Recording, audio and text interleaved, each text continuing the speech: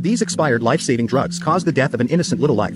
Not long ago, on his way home, Sean encountered a car accident. The most seriously injured was a pregnant woman. After examining her, Sean found she had tachycardia and jugular vein distension. At this time, she also showed signs of cardiac obstruction.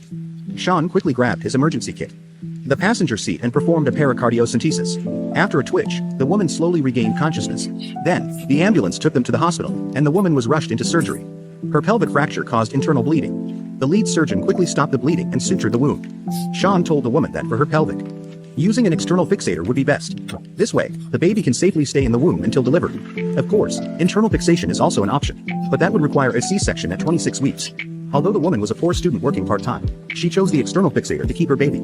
However, soon after, she developed delay from the accident, leading to placental abruption and uterine bleeding. She had to undergo an emergency C-section. The baby was successfully delivered, followed by the placenta removal, bleeding control, and internal pelvic fixation. Unexpectedly, the baby's Apgar score was 3, indicating a critical condition. The chief surgeon and Sean rushed to intubate. Sean found the baby's blood was acidic, and even intubation and oxygen, there was no improvement. Everyone was puzzled about what went wrong. Sean checked the intubation position carefully, finding no issues. Despite continuous CPR and oxygen, the baby's condition didn't improve. In this critical situation, Sean activated his passive skills. After analysis, he suspected the baby had a congenital heart defect causing hypoxia. Sean urgently prepared the medication to save the baby's life, quickly mixing a 1 milligram dose and injecting it into the baby. However, the baby showed no improvement. All procedures and processes were correct, so why was no effect? The chief surgeon continued CPR while asking Sean if it might not be a heart defect. Sean rechecked the baby, finding no other disease signs, and the medication dosage was correct. Upon closer inspection, he realized the medication was. The nurse called the pharmacy. They needed a different batch of medication, but to their despair, the pharmacy reported that all batches were the same, meaning all their stock was expired.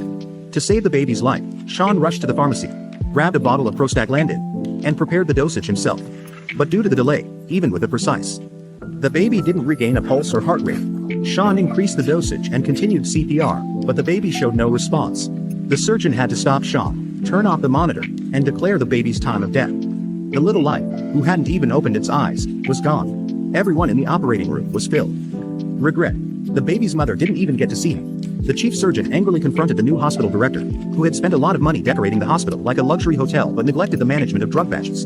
He should take full responsibility for this. Guys, I would really appreciate if you subscribe.